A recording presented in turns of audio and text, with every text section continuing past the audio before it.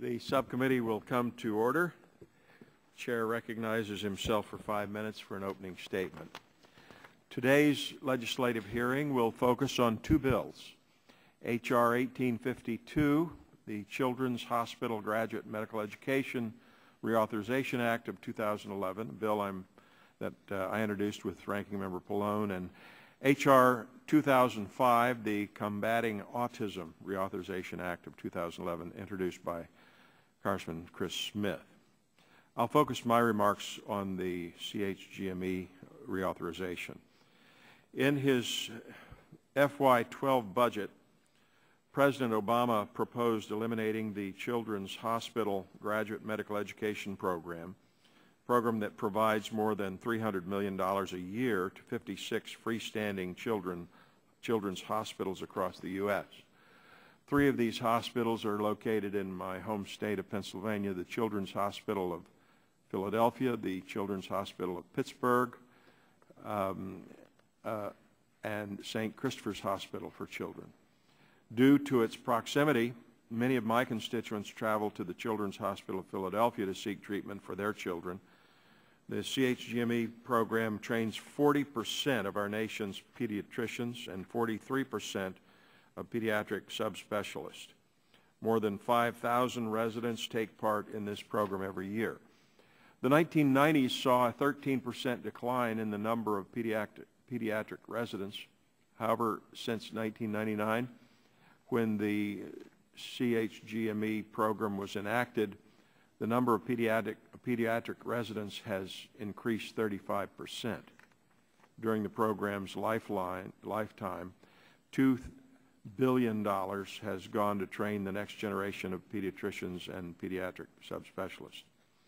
The program's current authorization expires September 30, 2011, and that is why I and Ranking Member Pallone introduced H.R. 1852 to reauthorize the program at the current level of $330 million over the next 5 years.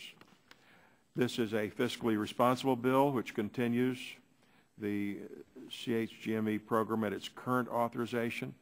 We cannot simply zero out this important program as the administration has requested, and hope that other federal programs not specifically dedicated to pediatric health care will pick up the slack.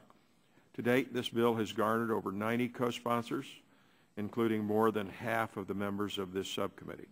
This is not a partisan issue. It is about children's health and lives.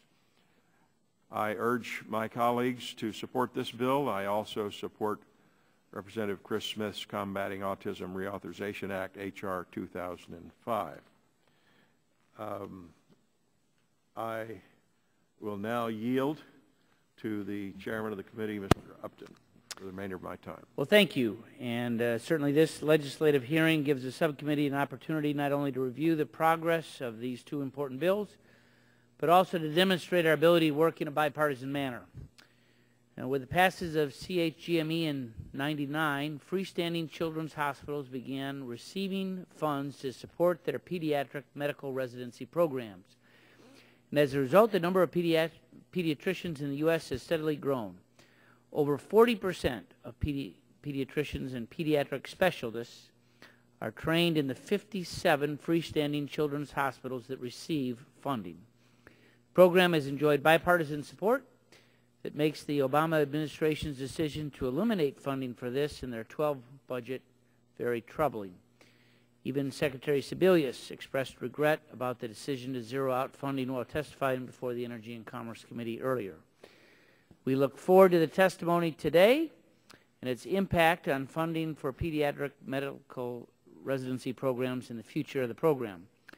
I'd also say that the Combating Autism Act of '06 consolidated and intensified the federal effort to understand and treat autism spectrum disorders. It also addressed the need to monitor the disorder and bring relief to the children and families who live with the challenge of autism. This year, the Interagency Autism Coordinating Committee released its strategic plan for autism spectrum disorders research that provides a blueprint for researchers and a basis for partnerships with the public and private sector. Recent results from research on early screening, genetics, and prenatal conditions are hopeful signs that the federal effort is working. The Interagency Coordinating Committee is something that I am particularly interested in. I want to hear from the witnesses on how this committee has worked and whether the improved coordination of the department's activities is something that should be emulated elsewhere. Too often, I have visits from patient groups telling a story about how a particular agency's activities do not complement another's work. HHS is a unified department, and its differing agencies should have the same strategic vision that is coordinated to achieve maximum results. I look forward to the testimony and look forward to working with Republicans and Democrats on this very, very important issue, and I yield back. Chair, thanks, gentlemen, and now recognize the ranking member of the subcommittee, Mr. Pallone, for 5 minutes opening statement. Thank you, Chairman Pitts. I want to thank you for holding this hearing on two very important public health bills, and I welcome the bipartisan spirit that brings us together today. Specifically, I'm proud of the bill that you and I introduced together, H.R. 1852, the Children's Hospital Graduate Medical Education Support Reauthorization Act of 2011. The Children's Hospital Graduate Medical Education Program is a true success story. As every parent knows, it's so important to have a trusted doctor to turn to when your child gets sick. Since 1999, the Children's Hospital Graduate Medical Education Program has helped to make sure that the doctor is there and prepared to diagnose any symptoms our children face. Today, we're still experiencing a shortage of pediatric and specialty physicians in New Jersey and across the country. So you can imagine how disappointed I was to see that the President suspended funding for the GME program in this year's budget. In 2009, the program supported the training of 5,361 resident physicians nationally. When it was first created in the 90s, the program single-handedly reversed the declines in pediatric training programs which threatened the stability of the pediatric workforce. Continuing this critical program is certain to have the same major impact on promoting access to primary care and on access to specialty care for children. The small class of hospitals that receive this funding, which includes the Children's Specialized Hospital in my district in New Brunswick, represents about 1% of hospitals nationwide, but trains approximately 40% of all pediatricians. In addition, the funding allows all 56 hospitals in 30 states who participate to enhance hospitals' research capabilities and improve hospitals' ability to provide care to vulnerable and underserved children. Chairman Pitts, together, along with nearly 100 of our colleagues who are co-sponsors, we recognize that this legislation will help keep doctors in the pipeline who are prepared to address the special health care needs of our nation's children. Now, today we're also considering the Combating Autism Reauthorization Act of 2011. Autism spectrum disorder affects so many children in the United States, including my state of New Jersey. In fact, CDC has estimated that 1 in 110 children are classified as having an autism spectrum disorder. In New Jersey, that number is more prevalent, affecting 1 in every 94 children, the highest prevalence in the nation. Despite the high numbers of cases and the growing focus on this disease, excuse me, there are still many providers who are unaware of the best methods to diagnose and treat the disorder, and that's why autism awareness is so important. We must treat autism as a condition of urgent public health concern and raise awareness and education of the disorder. As such, Congress recognized this public health crisis. In 2000, we passed the Children's Health Act that included specific activities related to autism, such as research at NIH, other developmental disability surveillance and research, and information and education. Those programs have continued to be reauthorized, the last time in 2006, with the acknowledgement that unfortunately the prevalence of autism continues to grow. And that's why I support H.R. 2005, which reauthorizes these programs until 2014. This critical bill will help educate, promote research, promote early screening, and advance early diagnosis of autism spectrum disorders and other developmental disabilities. I just wanted to say, I know we had a very short weekend. We were only home, I guess, Saturday and Sunday. But interestingly enough, without my constituents knowing that either of these bills were on the agenda today, I actually had people, just regular constituents who came up to me at various events and mentioned what I was going to do about both of these areas. And I said, well, in fact, we're having a hearing Monday, and we're going to address both of these problems. So thank you, Chairman Pitts, and thank you again for the bipartisan nature of this. Thank you. Mr. Chairman, could I ask that these letters be admitted to the record or I ask unanimous consent. I think you have them all. There's the National Association of Children's Hospitals, American Academy of Pediatrics, Association of American Medical Colleges, American Hospital Association, and American Medical Association. Without objection, Thank so you. ordered. Thank you, Mr. Plone. And at this time, I'll yield 5 minutes to the Vice Chairman of the Subcommittee, Dr. Burgess, for his opening statement. I thank the Chairman for yielding. Thank you for holding the hearing on these two important reauthorizations. Let me focus my time on H.R. 1852, the Children's Hospital Graduate Medical Education Support Reauthorization Act of 2011. I'm grateful to have had the chance to help author and serve as the original co-sponsor of the Children's Hospital GME Support Reauthorization Act of 2011 with Chairman Pitts, Ranking Member Pallone, and Ms. Capps. In the decade since the program was first fully funded, it has proved to be a significant success. Graduate medical education levels the playing fields between adult and children's hospitals in regards to their training programs and provides a dedicated source of funding to train future doctors in cutting-edge pediatrics. According to the American Academy of Pediatrics, for most subspecialties, there are, on average, 100,000 and 200,000 children per provider across hospital regions. There are only about 28,000 pediatric medical subspecialists and surgical specialists to care for over 80 million children in the United States. Prior to the Children's Hospital GME enactment, the number of residents in Children's Hospitals residency programs had declined by over 13%, but the passage of this bill has enabled, and the appropriate funding has enabled the children's hospitals to reverse this decline and increase their training by 35%. Texas has an even greater need of more pediatricians and pediatric subspecialists. Texas currently has 60 pediatricians per 100,000 children, well below the national average of just under 90. But Children's Graduate Medical Education has helped close that gap through Texas Children's Hospitals. For example, Children's Medical Center Dallas is one example of a premier hospital whose mission has been greatly enhanced by the Children's Hospital Graduate Medical Education and has found that over 68% of the residents they train go on to practice within a 100-mile radius of the training facility. Of course, I'm reminded that just a few years ago, probably 8 years ago in 2003, Children's Hospital in Dallas had that stunning success where they separated the two little Egyptian twins who had been born conjoined. And I saw a special on NPR a few nights ago about how their progress has continued now that they're back in their native country. But what an incredible day that was when they, through that lengthy operation, required the building of a special operating table. It involved all departments within the hospital.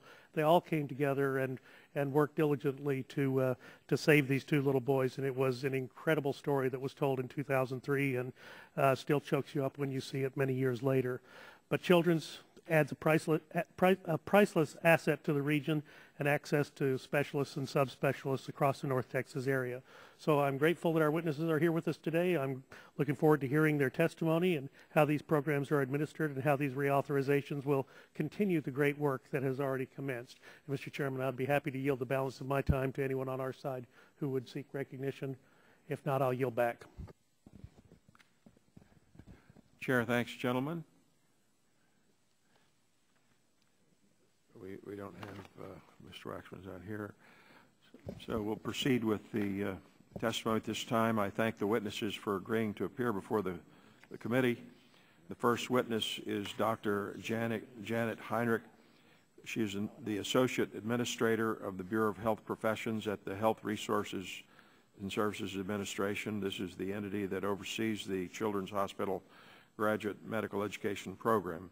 Our second witness is Dr. Thomas Ensel, the Director of the National Institute of Mental Health at the National Institute of Health and the Chair of the Interagency Autism Coordinating Committee.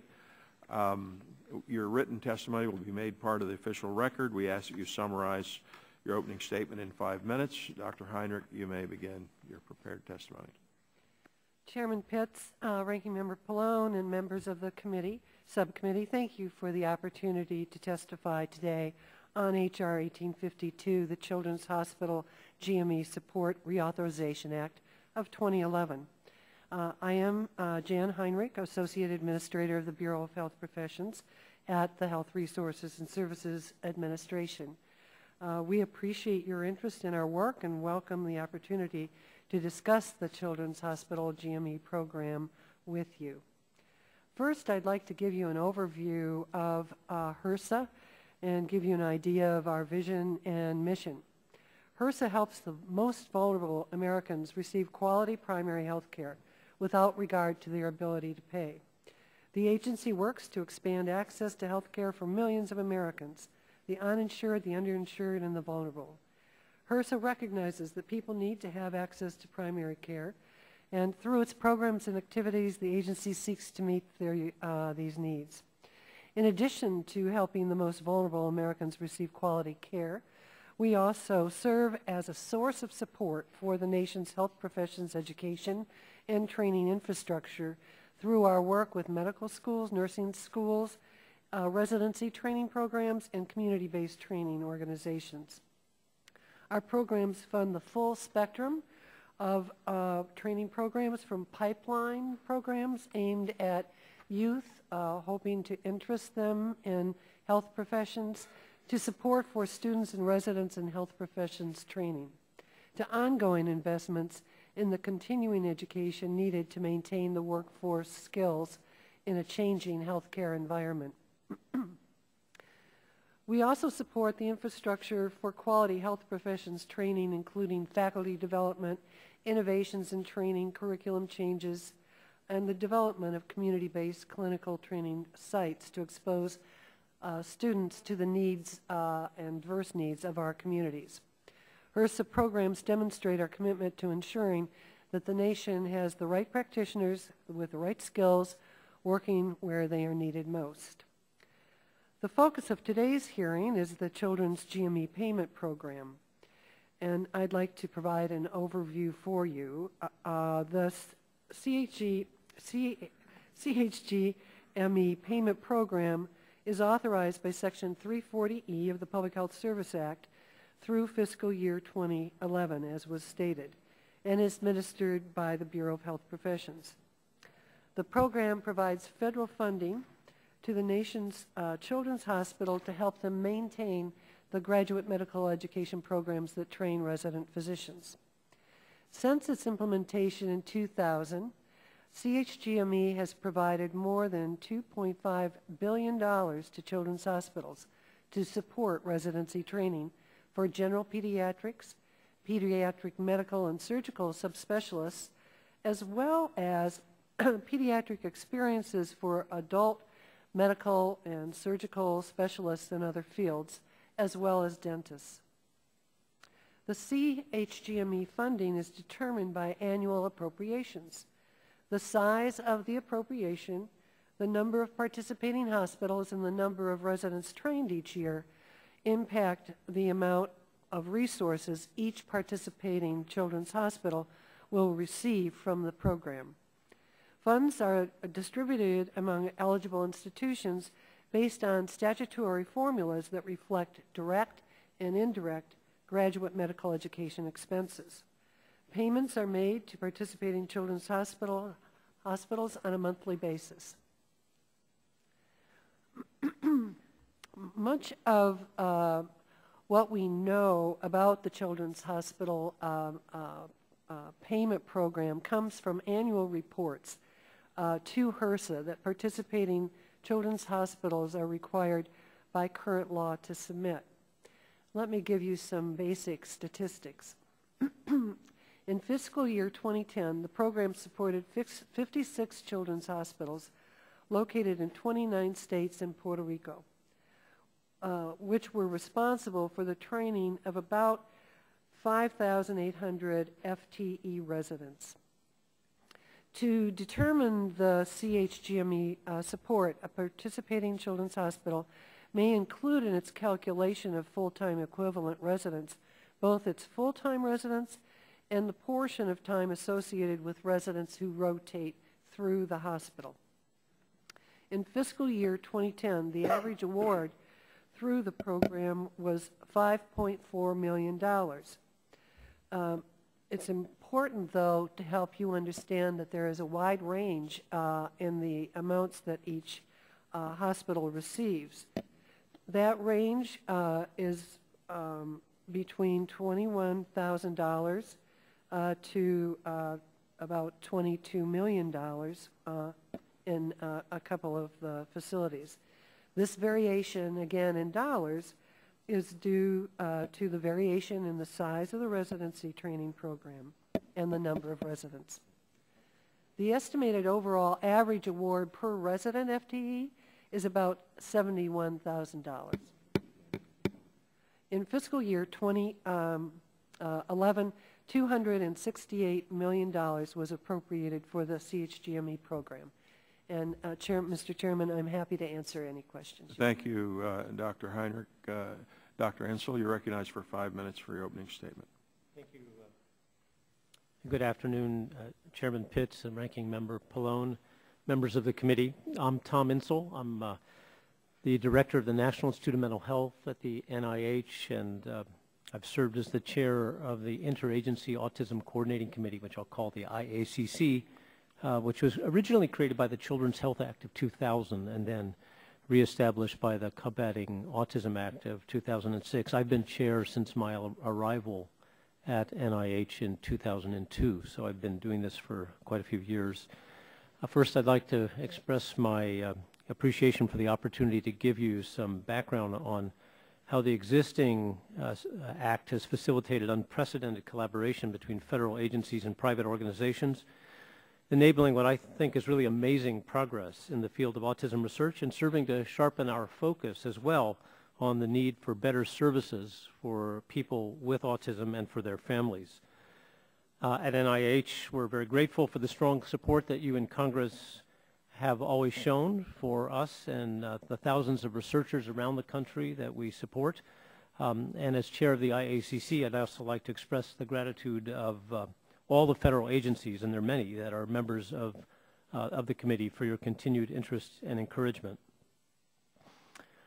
The Combating Autism Act, which I'll call the CAA, had 5 general provisions: centers of excellence, surveillance, education for early detection and intervention, the IACC, that is this coordinating committee, and then a section on authorization for funding.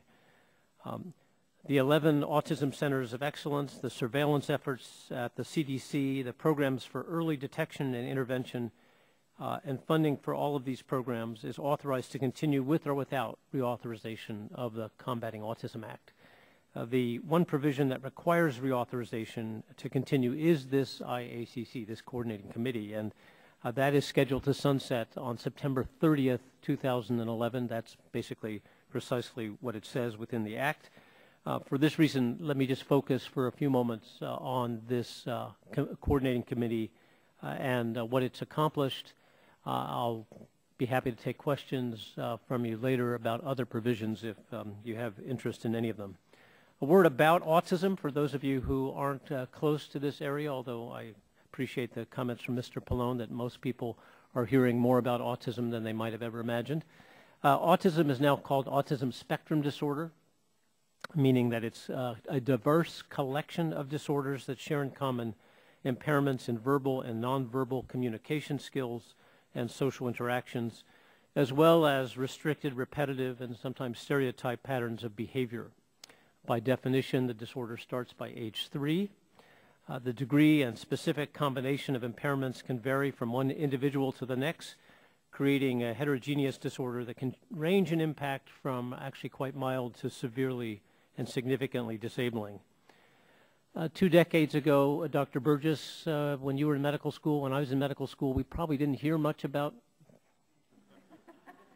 but at this point, we are amazed by how frequent we're seeing autism in clinics, particularly in pediatric clinics, in neuropsychiatric clinics, where the CDC's latest prevalence estimates are 1 in 110 children. That's 1 in 70 boys.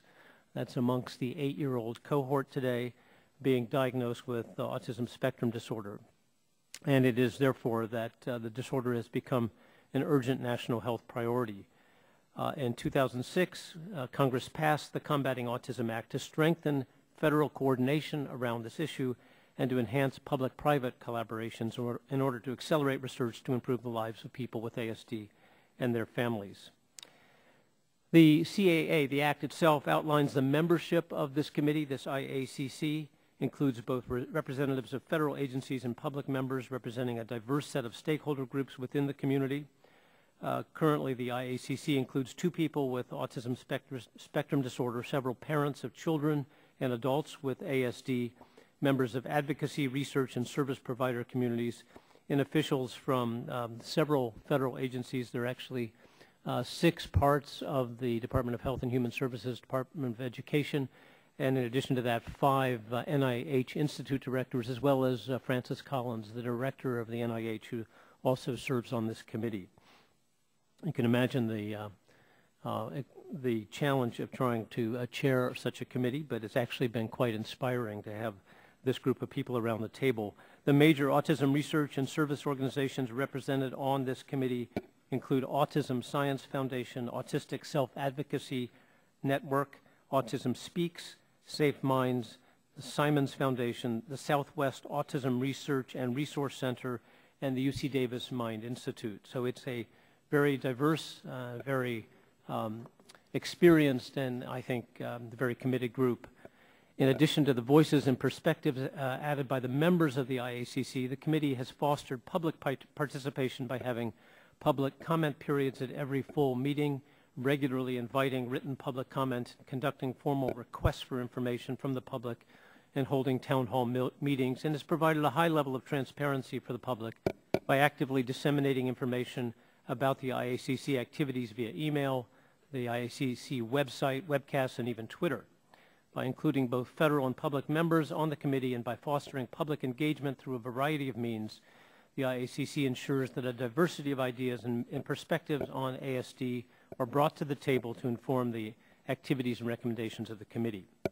This is a committed group by all measures. While the law only requires the committee to meet twice a year, since 2007 the committee has met around 16 times per year, including full committee and subcommittee meetings, workshops, and town hall meetings, the most recent of which was a subcommittee meeting this morning at 8 a.m. So this is a very, very active group. I think given the time and the number of questions I hope you'll have, I'm not going to go into a great deal of detail about some of the research and some of the efforts that this committee has accomplished. There's actually quite a bit we could talk about. All of this is in the written testimony, and I would just steer you towards that. Let me say that looking back over the past 5 years since the passage of the Act, I think that this committee has really served to focus efforts across the federal government, bringing these federal agency representatives for research services and education, bringing parents, people with ASD, scientists, clinicians, and others together to work as a team to address the issues that face everyone, and bringing a wide variety of expertise to what is really a difficult and, I must say, evolving area. In doing so, it's produced a strategic plan to guide and focus federal research efforts and to catalyze public-private partnerships. And hopefully, if there's time, we can talk a bit about what some of those are, while also providing a forum for public discussion and identification of additional needs from the community, and those needs continue to emerge and have been something that the committee has continued to adapt to.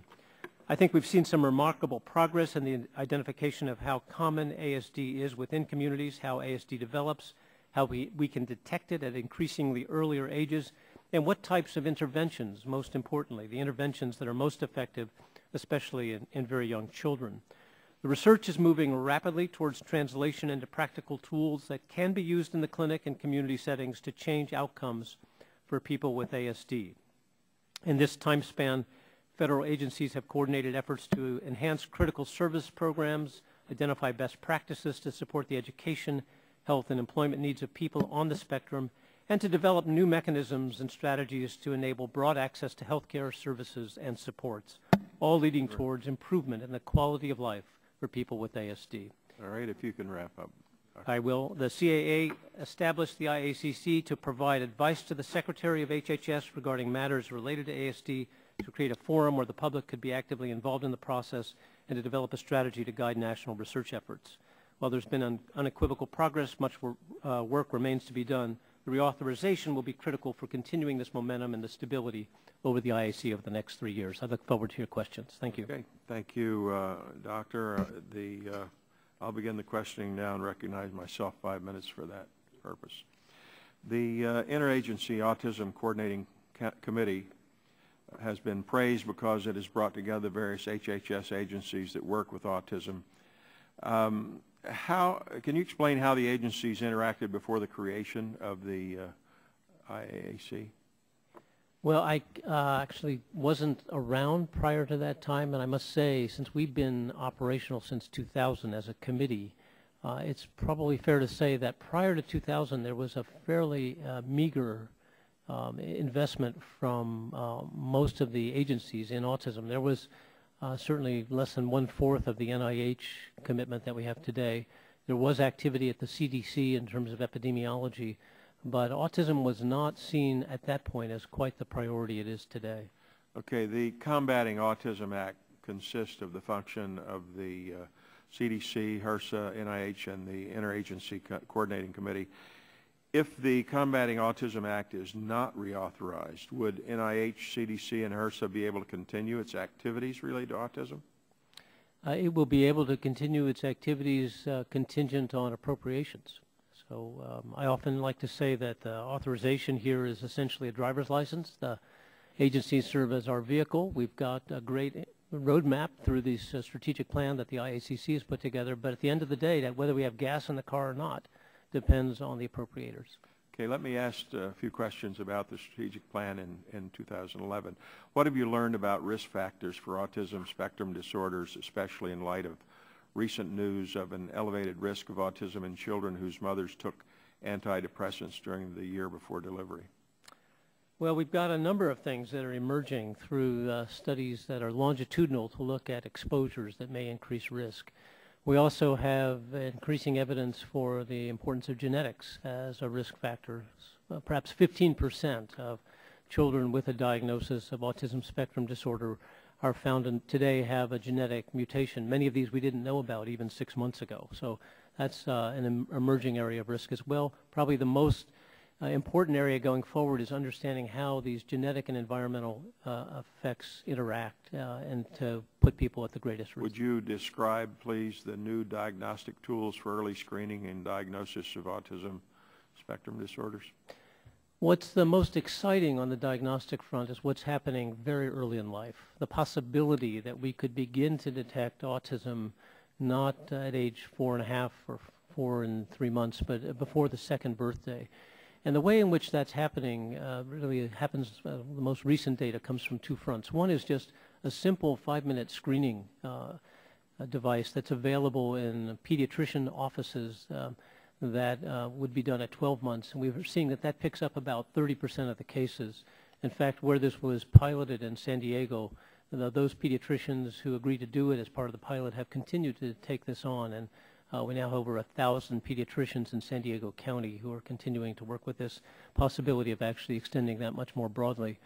But I think where we're getting even more traction is from the possibility that we could detect autism through sort of a biomarker that is looking at things like eye scanning, looking at other very subtle behavioral changes that might not show up with a simple checklist coming from parents. Doing that, it looks like we've got about 100% sensitivity, 100% specificity as early as 14 months by using a simple video monitor task to detect who will look at faces versus who will look at geometric shapes as a preference. And we've been able to now show the power of that to detect autism very quickly and very early on. Are there any significant gaps in the research plan that need to be filled?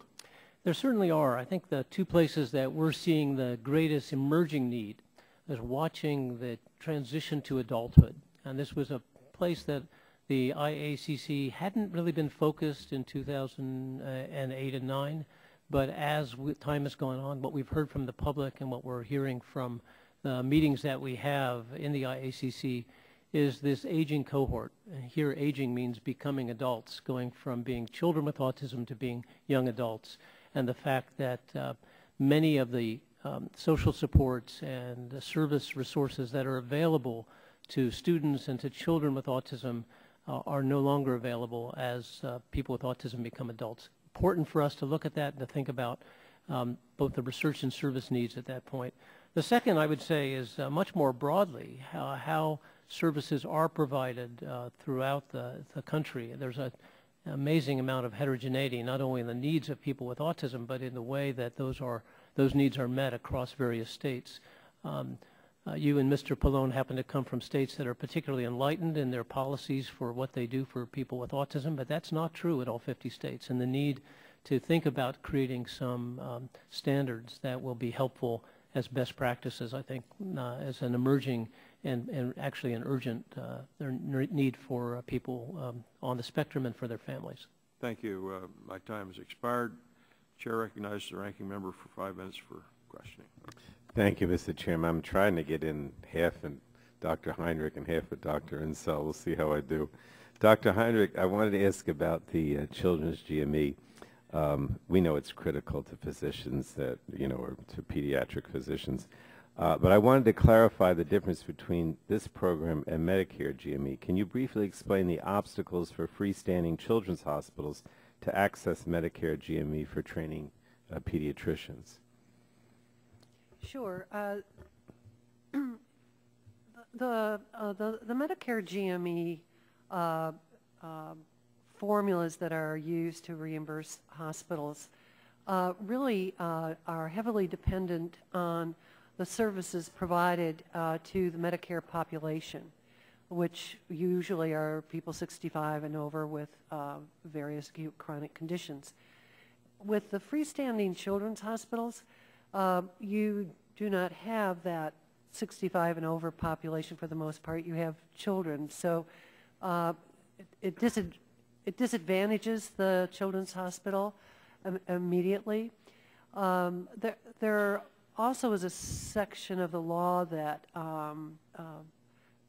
makes it more difficult for children's hospitals, actually. Okay. Can I ask you, are we still seeing a decline in the number of pediatricians trained now that we have the program? Are we seeing a decline? Yeah. I mean, I know that at one time, before the program began, there was a decline. But is that still true?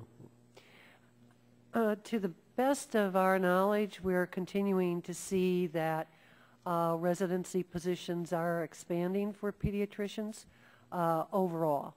And as we look at numbers of providers, it looks like the number of pediatricians are continuing to expand. Whenever we talk about the numbers, though, we always have to be worried about that retiring population, because just as our overall population is aging, so are the healthcare providers. I mean, when I talk to physicians, and I know there were some recent reports by your agency for pediatrics, they usually complain that the subspecialists are what we need more. In other words, that we need more people going to certain subspecialties.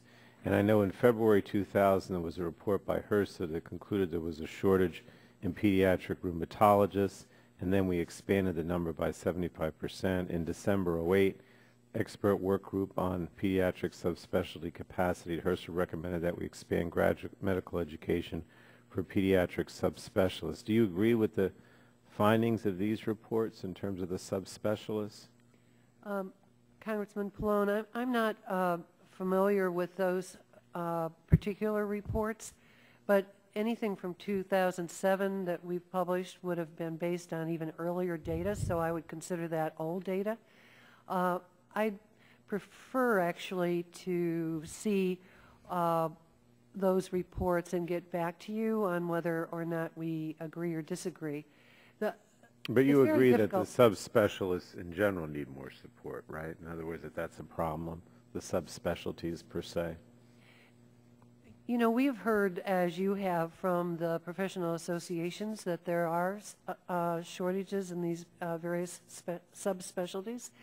It's just always very difficult to determine the demand for the program. So I'm going to cut you off only because I want to go to Dr. Insel, but thank you.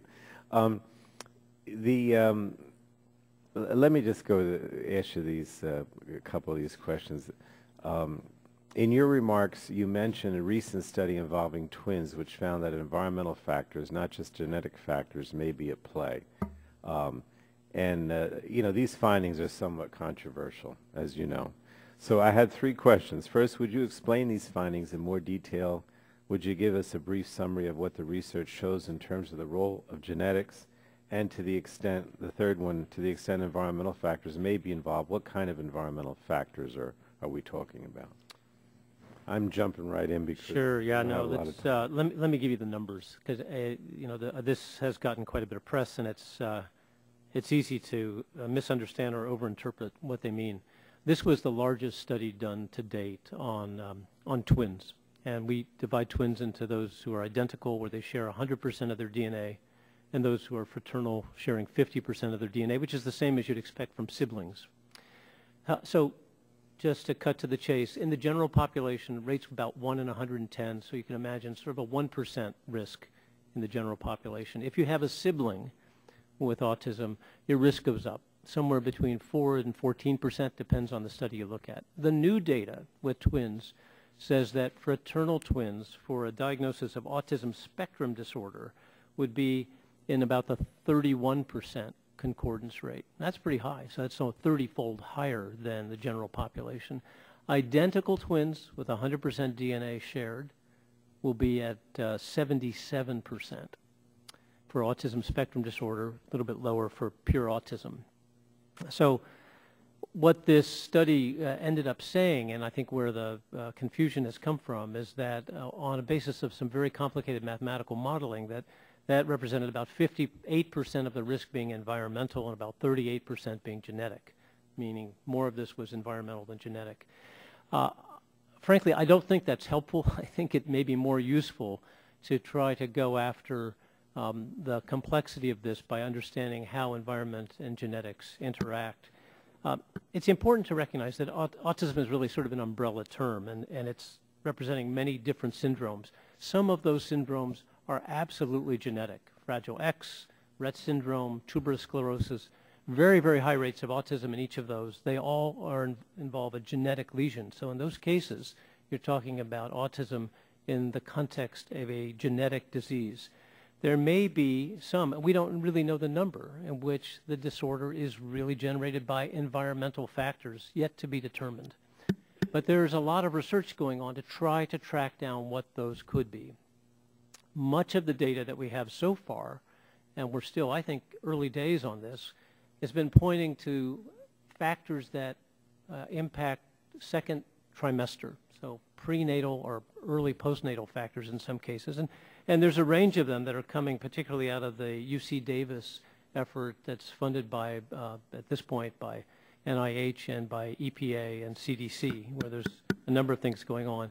In this case, what are the things they're looking at? Well, they've got not only the antidepressant study that was you've already mentioned, but there are questions about environmental exposures to certain kinds of chemicals and fertilizers. There are questions about medications, particularly valproic acid, which has been raised as a likely insult. There are other issues around whether certain kinds of illnesses prenatally might predispose and be a risk factor. Bottom line is we still don't know. And we don't know of any factor that gives us more than a small amount of the risk that explains much of this increase. Thank you, Mr. Chairman. Thank you. Thank you, and Chair now yields to the gentleman from Ohio, Mr. Latta, for 5 minutes for questions. Well, thank you, Mr. Chairman. Appreciate the opportunity, and to our guests, thanks very much for being here. Both of these are subjects I know that all of us face when we go home with a lot of questions. And Dr. Heinrich, just recently I was over at in Cleveland at the Rainbow Babies Hospital, and it is an incredible facility they have over there. And, you know, just to give you a couple of statistics, you know, as we're talking about prior to the enactment of CHGME in 1999, in 2000 showed that Rainbow trained 69 residents and 26 fellows. Today the hospital is training 112 residents and 68 fellows. I guess the first question is, if the CHGME is not extended, who to do this training? I don't think that there is any one of our programs that could make up the gap if the funding is not continued for the CHGME program. The children's hospitals are eligible for our ongoing competitive programs. For example, In our physician expansion program, there were several children's hospitals that together, I think, were given about $13 million. The pediatric hospital residency programs can also apply to our ongoing primary care residency programs, for example, so they are eligible for other funding opportunities. Okay. Thank you. And your testimony on page 4, you say that approximately 1/3 of the CHGME payment goes for direct graduate medical expenses and 2/3 are for indirect graduate medical expenses. Could you tell me what those indirect expenses are? The indirect expenses may be expenses that the hospital identifies as associated with their training activity, whereas the direct expense is for support of the resident and for very specific training such as curriculum development or faculty. Okay, thank you. And Dr. Insel, if I could ask you a couple questions here in my remaining time. And I know that when I was in the Ohio legislature quite a few years ago, I had quite a few families and groups that I met with during that time. And one of the things that, could you tell me, when you're talking about the 5 general provisions, you use the word surveillance. How would you define surveillance? This is looking at the prevalence, that is the number of, in this case, it's 8-year-olds. There's a new study of 4-year-olds as well, who have a diagnosis of autism spectrum disorder. Okay, and also, as you know, it shows in the last 2 decades, with ASD was considered a rare disorder. Now you're saying that 1 in 110 children are being diagnosed with it. What were those kids being diagnosed with before? Yeah, that's a great question. We don't know how many of these children were diagnosed with some other disorder like childhood schizophrenia, sometimes mental retardation. One of the things that's changed over time is that you can now give a diagnosis of autism spectrum disorder and have one of these other diagnoses. Prior to 1991, that was not an option.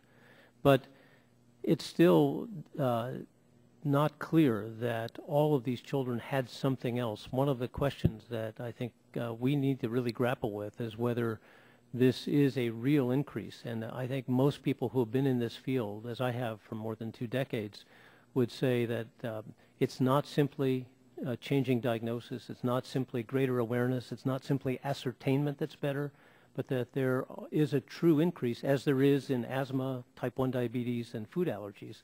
There are more people affected with autism today than there were 2 decades ago. With my remaining less than a minute to go, if I could get 2 more questions real quick. One is after, you know, if a child is diagnosed before the age of 2, what drugs are out there today that are working for them? For medications for what we now think of as a neurodevelopmental disorder, we're sitting pretty empty-handed. We have medications that help on some of the secondary symptoms, like helping with some of the temper tantrums, sometimes with some of the more compulsive behavioral pieces of this. But the reality is that the core symptoms, that is the social deficits, problems in communication, some of this narrow attention, we don't really do very well with any medications. The best treatments have been behavioral. And those treatments, in fact, appear to be more effective when started early in life, 18 to 24 months, rather than later after age 4. And I see my time is up, and I yield back, Mr. Chairman. Thanks very much. Chair, thanks, gentlemen, and yields to the gentleman from Michigan, the ranking member emeritus, Mr. Dingell, for 5 minutes for questions. Mr. Chairman, I thank you. These questions will be directed to Dr. Heinrich. Doctor, the questions here are going to be simplified to a yes or no answer. The Children's Hospital GME program was intended, as I recall it, to correct any unintentional disparity between the federal government support for graduate medical education that left children's hospitals without support, especially given the freestanding children's hospitals generally do not provide care to patients eligible to receive Medicare. Now, the question, do you feel that the Children's Hospital GME program was successful in addressing the disparity between freestanding children's hospitals and other teaching hospitals? Yes or no? I believe it's yes. Thank you. Now, in proposing to eliminate the Children's Hospital GME program, the President's budget justification called for a need to devote additional resources to train in primary care. The question, are health services related to pediatrics considered to be primary care? Yes or no? Yes. Now, doctor, are health services related to family medicine considered to be primary care? Yes or no? If services to, I'm sorry, family? Well, let me repeat it. Are health services related to family medicine considered to be primary care? Family medicine, yes. Now, doctor, are health services related to internal medicine considered to be primary care? Yes or no? Internal medicine before people subspecialize, yes. Yes, thank you. Now, doctor, my understanding is that 60% of the pediatricians trained by the Children's Hospital GME program are in general pediatrics, and hospitals in the program also provide pediatric training for residents in internal medicine and family medicine. Would you agree then that the Children's Hospital GME program helps to expand the primary care workforce? Yes or no? Our numbers aren't as high as yours, but yes, a number of the people that they train are in primary care. Thank you, Doctor. Now, isn't this then in line with the President's goal of training additional physicians in primary care? Yes or no? Part of the program is in line with the goal of increasing the number of providers in primary care, but we would say that it's important to focus our energy and our resources on the competitive programs. So the answer is yes. Partially, yes. Now, Doctor, in fiscal year 2000, the number of residents and fellows receiving federal Children's Hospital graduate medical education funding was a little over 4,200. Your testimony points out that in fiscal year 2010, the program supported approximately 5,800. The HRSA Online Performance Index for the fiscal year 2012 budget submission notes that there has been continuous yearly growth between 3 and 6% in the number of resident full-time training equivalents at Children's Hospital since the inception of the program. Question, would you agree that this increase in the number of trainees reflects the continuing need to train pediatric physicians? Yes or no? Yes, we do feel that there's a need to continue to train pediatric residents. And Doctor, I want you to understand, these are friendly questions. These are not hostile. We're not trying to push you in any sand traps or anything there.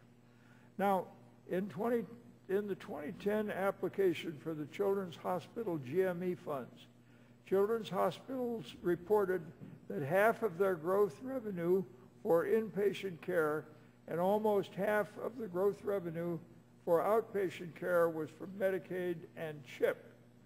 Given that Children's Hospitals serve a large number of Medicaid and CHIP patients, as well as the uninsured, now the question, wouldn't you agree then that these hospitals serve as an important safety net for families in need? I'd have to go back and check on the numbers that you've provided, but... I don't think the numbers are important, though, but they're substantial. And so can't we say on the basis, though, of almost any large numbers that these hospitals are, in fact, an important safety net for families in need? I think that they're part of the safety net. I guess I'm over time. Thank you, Mr. Chairman, for your courtesy. Chair thanks the gentleman and now yields 5 minutes to Dr. Burgess for questions. Thank you, Mr. Chairman. Dr. Heinrich, help me, if you can, understand what's going on with Dell Children's Medical Center in Austin, Texas. Established a new teaching program in 2007. At the time, federal regulations said that new programs could receive children's graduate education funding if they were accredited as a new program by an accrediting body such as the Accreditation Council for Graduate Medical Education. Then 2 years later, in 2009, HRSA had a change of heart. And although Dell had been receiving funding for 2 years as an accredited teaching program, HRSA notified Dell that because of an interpretation by the Centers for Medicare and Medicaid Services to protect Medicare funds, Dell would no longer be receiving that funding. Now, my understanding is that HRSA made that decision because CMS clarified its rules regarding which programs could qualify as new. The regulations issued at the time indicated that this change by CMS was undertaken to protect Medicare entitlement funds. Is that correct? It certainly was associated with the CMS regulations on the determination of a new program. Well, and the protection of entitlement funds, yes, which would be under the jurisdiction of the Center for Medicare and Medicaid Services. So the rules are in place to protect Medicare funds, but considerations are very different for a children's graduate medical education program because they're funded with discretionary funds and grants. So we appropriate those funds as part of the annual appropriations process. So why the discrepancy there? Why are discretionary funds appropriated by the Congress being withheld as if they were mandatory funds being administered by CMS? I can't respond specifically to the different funding source and what difference that makes. Well, look, all through the continuing resolution debate, we were told we couldn't touch entitlement funding because we were only dealing with discretionary money in the continuing resolution. Okay, now the shoe's on the other foot, and we've got appropriations, discretionary funding going to children's graduate medical education, Dell Children's Hospital in Austin, Texas, and you're saying that because we're protecting mandatory funding, you can't have that money anymore. I guess what I would ask is, will you work with me in my office to see if we can resolve this, if there's a legislative fix that's needed so that people understand more clearly their individual roles in this? I think it's bound to just be an oversight, but it's one of those things that we have to fix because the money's not going where it was intended. We would be very happy to work with you in your office in looking into this. Well, let me ask you another question. The HRSA Online Performance Index for your fiscal year 12 budget submission, it states the program, speaking of children's graduate medical education, the program also improves access to health care by expanding the capacity of the health care safety net as freestanding children's hospitals for underserved children and families. So that is correct, right? Well, why was the administration's choice then to zero out the budget for children's hospital graduate medical education in 2012? They apparently work, but you're zeroing out the funding. Can you help us understand why that would be? In these challenging budget environments, it's very difficult, and we have to make very difficult choices. And yes. Yeah, I get that because we're knee deep in that, neck deep in that right now. Yes, yes. But again, according to your own views and estimates on the web, this program's working, and yet the president chose to zero it out. It just doesn't seem to make sense. It's a very hard choice to decide, which of the programs, when you have to make cuts, must be. Well, Dr. Insel, before I run out of time, let me just ask you a question. You gave us some rather dramatic figures of, was it one in male children, 1 out of every 80? It's 1 in 70. 1 in 70. And now that was the 8-year-old cohort, and you've been at the NIH since 2002, so you've seen that 8-year-old cohort double in age. Do any of these children age out of the process? What is happening now with those 16-year-olds? Is it 1 in 70 16-year-olds out of that eight cohort? Yeah, generally children with autism become, teenagers with autism become adults with autism. They may adapt. They may be able to function better. Many of these children are able to go through a regular school system, but only with a great number of supports and often a very extensive and intensive set of behavior therapies. The average estimate for cost over the lifetime is about $3.2 million per person on the spectrum. Thank you, Mr. Chairman. Chair thanks gentlemen and yields to the gentleman from Kentucky, Mr. Guthrie, for 5 minutes of questioning. Thank you, Mr. Chairman. Thank you, Dr. Hendrick, for coming. I'm going to focus most of my questions on Dr. Insel.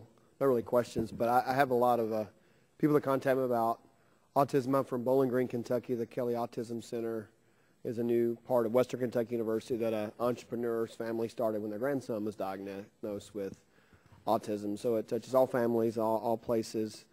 And you kind of highlighted on some focus. So what I'm going to do is kind of cede my time to you to kind of get through, if you would. You focused on second trimester with some things that you're focusing on. What are you seeing? What's on the horizon? I know you said you put a plan together. I know it's still a lot of unknowns.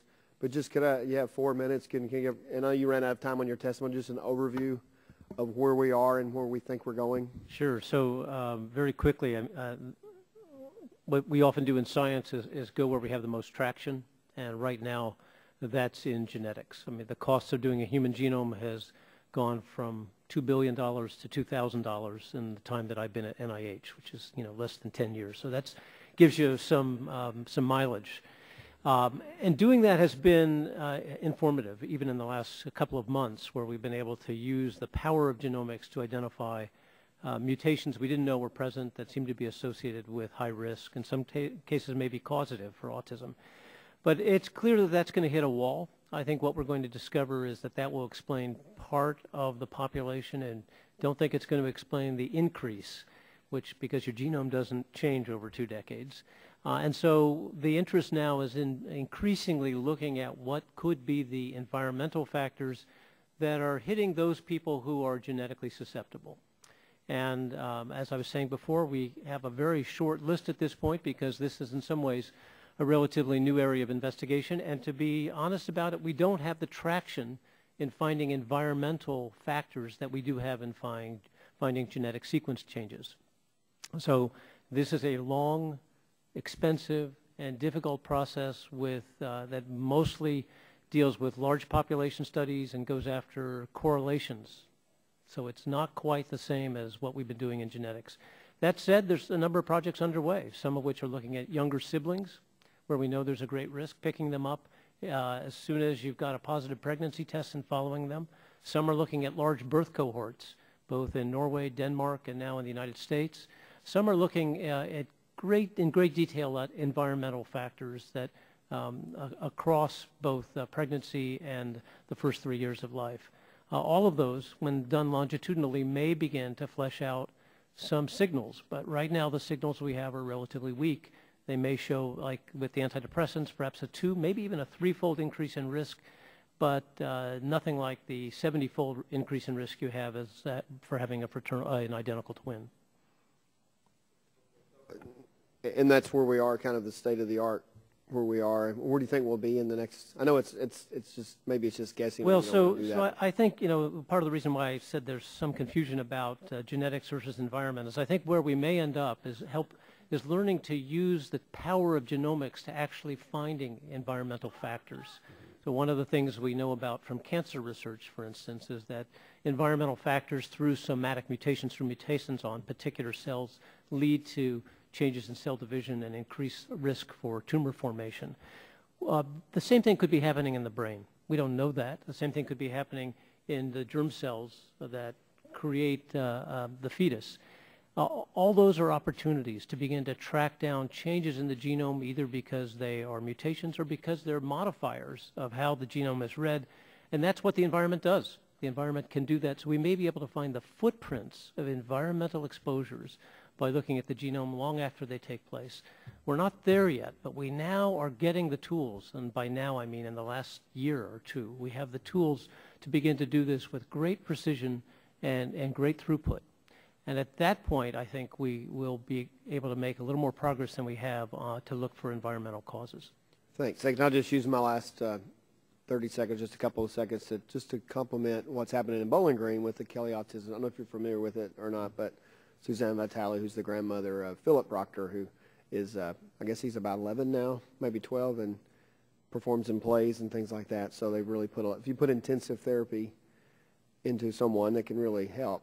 They have the resources to do so. We just need to why we're giving the resources here is we want other kids to have those same opportunities. Well, So, thank you. There's no group of people that I've met that are more inspiring than the families of people with autism. These are really dedicated parents who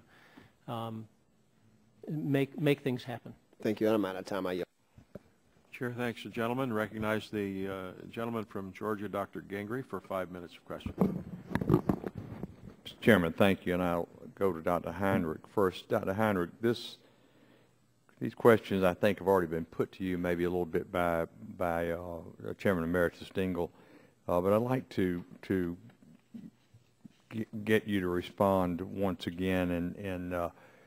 In proposing to eliminate the Children's Health Graduate Medical Education, the President's budget justification called for a need to devote additional resources to train in primary care. Yet, I think you may have said this, that 60% of the pediatricians trained by CHGME hospitals are in general pediatrics, primary care. And additionally, the Children's Health Graduate Medical Education hospitals provide pediatric training for residents in internal medicine and family medicine. And you had stated to Mr. Dingell that both of those were primary care, particularly internal medicine, before they go on to subspecialize. How is it that this administration does not recognize that Children's Health Graduate Medical Education hospitals provides essential support for the future primary care workforce for our nation's children?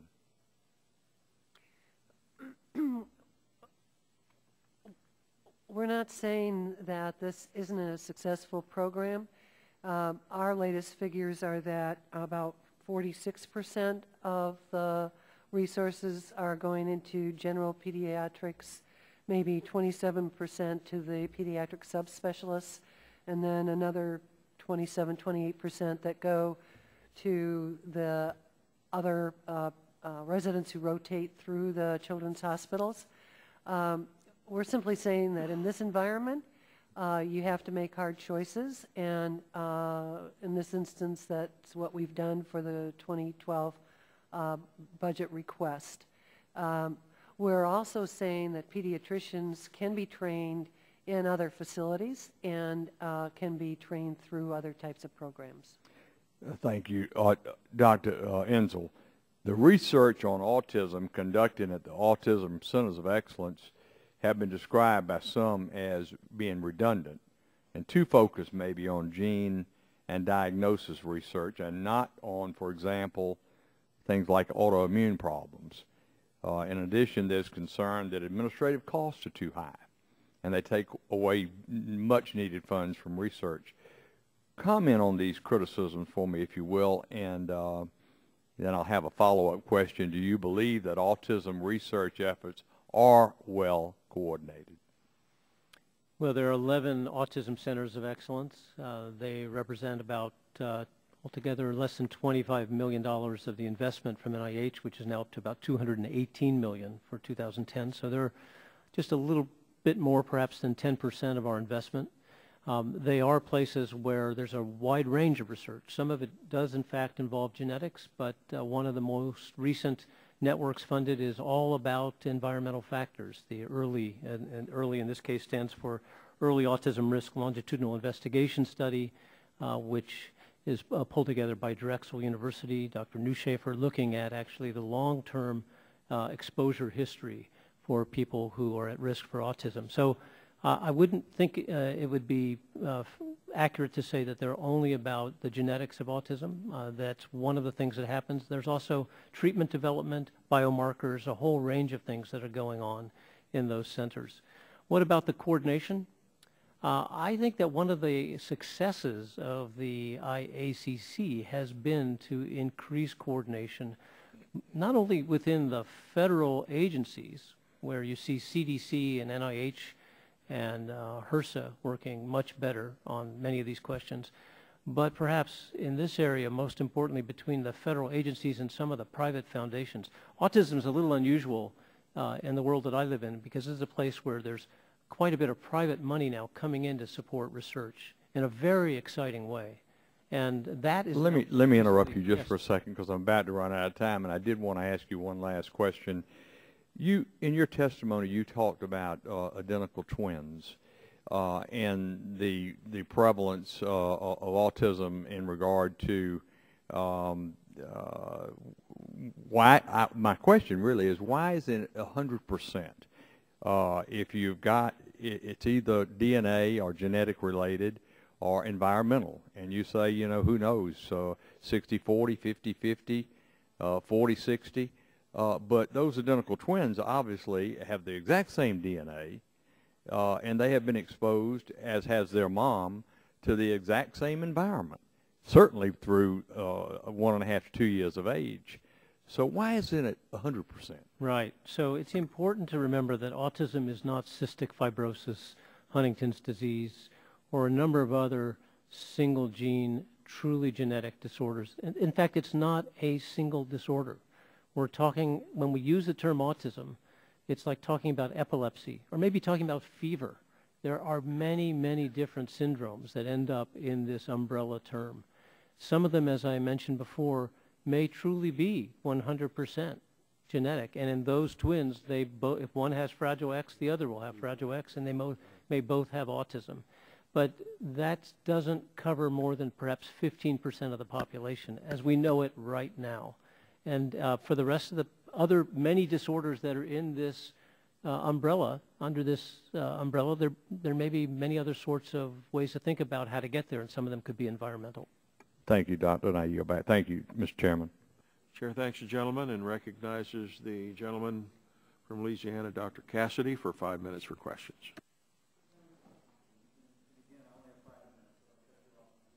Okay.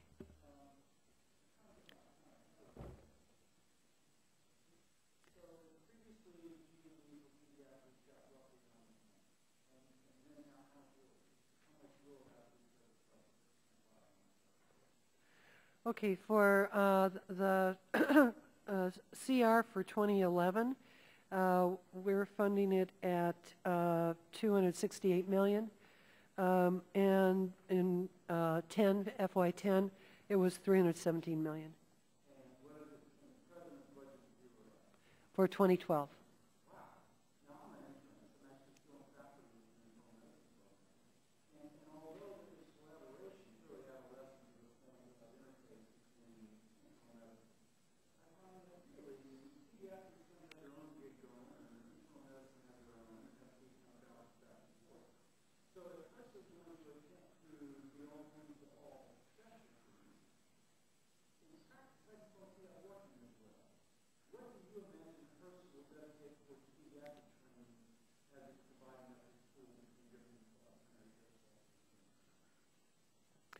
Well,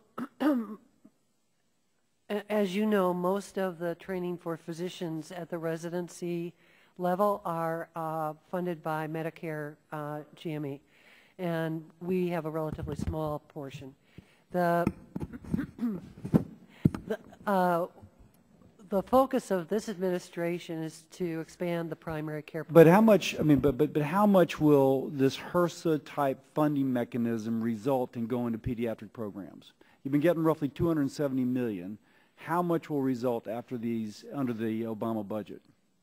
Within the competitive programs that we have for the primary care providers, it would really depend. It'll depend on how But you must have a ballpark. I don't, because the... but in that case, if I was a pediatric program, I'd see a train coming down a tunnel, because I would say, oh my gosh, they have no clue how much they're going to be allocating towards pediatric programs. Is there no sense at all of how much because autism is a pediatric disease. Yeah.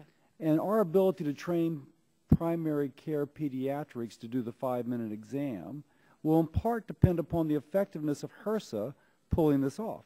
So HRSA has no guidelines or projections how much will be going to pediatric hospitals?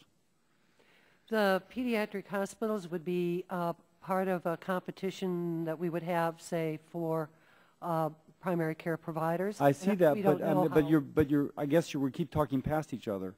My specific question is, and it sounds like you don't, do you have a sense of how much money will be going to these programs to replace the $270 million being lost? You're right. We do not know that. That's frightening. There just seems there should be some sort of proactiveness involved. But that said, Dr. Insel, I'm sorry. Now, in the spectrum of ASD, I gather there's some people now in the ASD kind of group who formerly may not have been recognized and may have just kind of gone through life always thought to be a little odd, but now they're actually diagnosed. Is that a fair statement? It is. Now, when you mentioned, very frightening, the $3 million cost to society for untreated, for a person who's a member of the ASD group, if you will, a diagnostic group, that $3.2 million, I assume that is for the kind of full-blown, not for the person who's marginal, who previously would not have been recognized, but now is included in a diagnostic spectrum. Is that correct? So what percent of the entire group so diagnosed with ASD would be those that would consume a large amount of future societal resources, be it prison, be it neurologic service, you name it? Yeah, I can't give you a precise number for that. Now, can you give me a ballpark? Yeah, I would say that somewhere between 50 and 60% of the people who are on the spectrum are going to be in that group of people who would have been, by the way, identified 20 years ago, because they don't have a subtle problem. Right. So they're the ones who are going to consume more, and I don't mean to be rude, I'm almost out of time. What is going to be the cost to society, and what is the potential of early intervention to diminish that cost? We have a good sense of the latter part. We know that early intervention for about half of these children, early meaning before 24 months, can lead to not only great improvement in IQ and adaptive behavior, but potentially even to loss of diagnosis. So that's very impressive. The cost to society, which we've tried to model out in various ways, I'd have to submit that for the record, but I can tell you that the $3.2 million on average, you can multiply, just to give you a ballpark, times what we think are the 700,000 people who are on this spectrum, and it's fair to say that somewhere around 500,000 are going to be on the severe end of the spectrum, or will be in that range that is going to require additional support. I'm over time. I could take more. If you could just send that as a response, the kind of a complete spreadsheet of this is the percent that will require more services, and this is the mean. I mean, I say that not to impose upon you, but that will help guide public policy. Happy to help. I yield back. Thank you both. Chair thanks the gentleman. Without objection, Chair recognizes Dr. Christensen, who is not a member of the subcommittee, but is here and would like to ask questions for 5 minutes. Thank you, Mr. Chairman, and thank you, Ranking Member, as well, for allowing me to sit in on this very informative hearing on two bills that really, as you can hear, enjoy bipartisan support. I guess I would ask Dr. Insel first, but I'm really amazed and really pleased to have been able to read in your testimony all of the advances that are taking place in autism spectrum disorder, and I'm seeing a lot more attention paid to it in my district as well. So I want to commend the IACC for all of the work that's been done in these 10 or so years. I can't see how we could have had the same kind of coordination without the committee, and so I want to thank you and the committee members for your service. My question is related to some of the health disparities that we deal with, Dr. Insel. Given the lesser access to quality health care that is experienced by racial and ethnic minorities and the often reported underdiagnosis of some disabilities and mental illness in these groups, are you seeing disparities in the diagnosis and treatment of ASD in people of color? And if so, does the IACC have a plan to address it? And just an additional part to that question, are the territories included in your outreach to the public and providers? Well, thank you for those questions. Yes, the disparity is there. There's nothing unique about autism in terms of health equity. We have many of the same problems you see in the rest of healthcare. The difference here, though, may be a little more profound in the sense that where we see the greatest disparity is the age of diagnosis. Children are diagnosed, but not at age 4, but at age 6. And remember what I said before, that the early interventions appear to have the most profound improvements, the greatest impact on prognosis. And so you've lost a real opportunity there to have that kind of an impact. So this is enormously important. The strategic plan, especially the one that's out in 2011, mentions specifically the importance of having a diverse portfolio in terms of looking at many different communities and making sure that issues around health disparities are addressed. That's a major piece of it. I should just finish by saying that I don't believe that the territories themselves have been an area of outreach, but I can again find out more about that and submit that for the record. Thank you. My understanding is that in children with disabilities in the territory, in the U.S. Virgin Islands specifically, it's somewhere about 4 to 5% of those children are diagnosed with ASD. Dr. Heinrich, what percent of pediatric residents are supported by the CHGME? I know we've talked about what percentage of the pediatric residents are in primary care, but is it about half or? It probably is about half, but I could get back to you with a specific number if you wish. Okay, and are there any plans in place given the passage of the Patient Protection and Affordable Care Act and the increase in the number of individuals and families that will be covered for what kind of an increase in pediatric primary care you might need? I realize we have Medicaid and SCHIP, but have there been any projections? We don't have a projection specifically for pediatrics, but we have expanded the primary care workforce through the Affordable Care Act in 2010 and continue some of that in 2011. So, for example, we have funded additional primary care residency training programs. Sure. And there were about 6 children's hospitals that are participating in that program. They did very well. We're also expanding the nurse practitioner primary care programs and the PA primary care programs, for example. Thank you. Let me see if I can get another question in. My original plan was to go into adolescent medicine, although I decided to do it through family medicine, but you still probably paid for part of my pediatric training. Do you have input into the design of the training programs in the pediatric residencies that you support, and do you see any specific attention being paid to that adolescent population that has unique needs that are not necessarily what we consider pediatric? We don't design the curriculum or the training programs. Those are really determined by the accrediting bodies, if you will. And of course, is it a consideration for whether you fund them or not? Well, the law requires that any entity that qualifies can participate in the program. But in the law, it does say that there will be special attention to underserved populations and quality, for example. So that is stipulated in the law. Chair, thanks, the gentlelady. That completes the first round of questions. We'll go to one follow-up on each side. The Chair recognizes Dr. Burgess for 5 minutes for follow-up.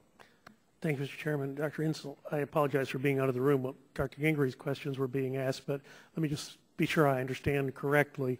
I think the concern that was being addressed there was that the general and accounting side of the ledger is consuming more of the dollars that then can't go to the R&D side of the ledger. Is that basically the tension that is there? I'm afraid I don't follow the question. So. Well, are we spending more for the centers than we're getting in excellence? Oh. Are we spending more for the administrative side than we're getting on the research side? Well, the centers are all research centers. So the centers of excellence are part of. Who's responsible for constructing the budget and the oversight of that budget? Is that NIMH or is that NIH? It's the National Institute of Child Health and Human Development. Okay, perhaps they could provide us, Mr. Chairman, with what would be reasonable last 3 years of budgetary figures? Well, I can give you, I mean, the range is between 22 and 26 million, depending on how you cut that pie over the last 3 years. Overall funding in 2010 for NIH was 218 million. So, as I said, it's roughly about 10% of our overall investment in autism research. But on the breakdown of the autism research dollars themselves, I guess the discomfiture is that there are those that say we're spending more for overhead than we're actually getting in research. Ah, okay. So I'm apologize. I didn't really understand where you were going. So the centers are the research centers. The overhead, which is true across our entire portfolio, is quite a different matter. So it doesn't matter whether we're paying an individual grantee or paying a center. The overhead rates are going to depend on the institution that the money goes to. And that overhead generally averages out about 50% or a little bit more for most institutions. It seems high, but maybe it's just been too many years that I've been involved on the research end. But if you could provide us with some of those budgetary figures, I think that would be helpful. So just so I understand, what you'd like to see are what the overhead figures are within the autism realm, that is for... Within the, you have 12 centers of excellence, is that correct? 11. 11? So within those 11 centers be happy to provide of excellence. That. Well, let's take then just a little a broader view of your world, and advances in brain science have been occurring at a significantly more rapid rate the past decade than any decade prior. And whether it be Alzheimer's, traumatic brain injury, autism, you guys are accumulating a vast body of knowledge.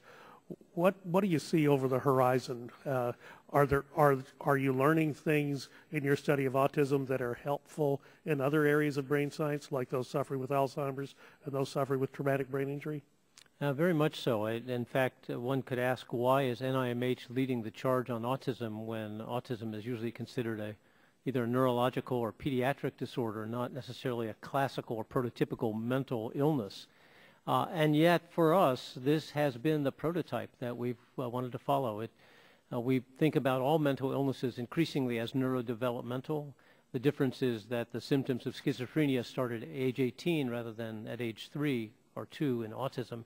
But many of the aspects of the biology mostly having to do with how neurons connect and how they develop. So what we tend to now think about autism as a synaptic disease, and we're increasingly talking about schizophrenia, mood disorders, other disorders as synaptic diseases as well. So I think we're going to learn from autism important insights that will play out all across the spectrum of neurodevelopment. And with the last reauthorization of the National Institute of Health, the provision was made for translational research, which gave the director, in this case Dr. Collins, some discretionary authority that the director had not had before. Do you see this as being something that has been helpful as far as being able to work across the various silos and agencies within the Institute? Absolutely, and I would say that Dr. Collins's focus on translational science here couldn't be more urgent for autism. I think you may have been out of the room when I pointed out that even though this is considered a developmental brain disorder, the only treatments we have at this point are behavioral. That is the treatments for the core symptoms that are effective. So we have an urgent need to create a pipeline for medications that might help. Perhaps they'd be medications that would make behavior therapy more effective. Correct. Well, that behavior therapy seems to be labor-intensive and expensive, if I caught the end of your comments to Dr. Cassidy correctly. Yeah. Thank you for your time, Mr. Chairman. I'll yield back. Chair thanks the gentleman and recognize the ranking member, Mr. Pallone, 5 minutes for follow-up. Thank you, Mr. Chairman.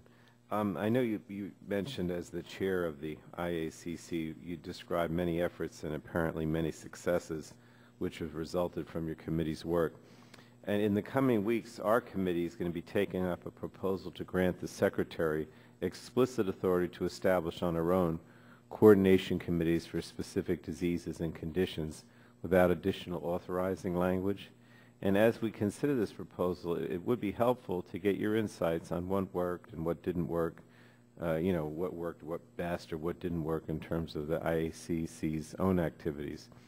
So I wanted to ask, in your own words, why has the IACC apparently succeeded in actually doing what the Combating Autism Act intended, and then what elements or operations of the committee made it work so well? Well, I wouldn't want to suggest for a moment this has been easy, by the way. I mean, I think it has been successful, but there have been a lot of bumps in the road, and I think we've learned along the way. I have to say that this is an area where I believe many members of the autism community felt that the government wasn't responsive and that the federal agencies were asleep at the wheel. And I think one of the things the IACC has done is to make those people in the community, and this is a very diverse community, but making that diverse group of participants, keeping them as really part of the process and making sure that not only did we listen to them, but they had a chance to hear what we struggle with, and we could do a number of things together.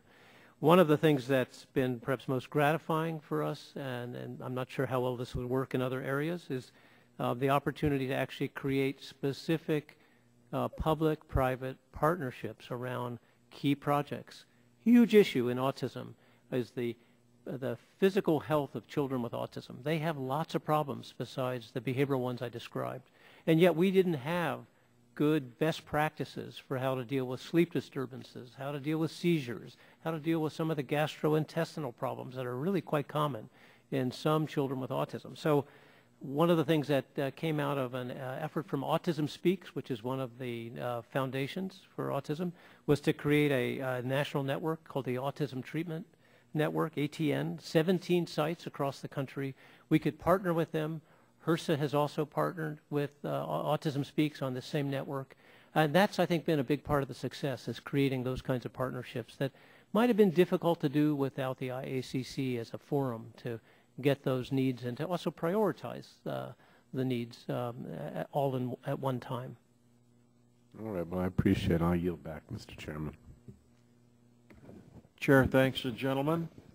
That concludes our questioning for the panel. Excellent panel, very informational.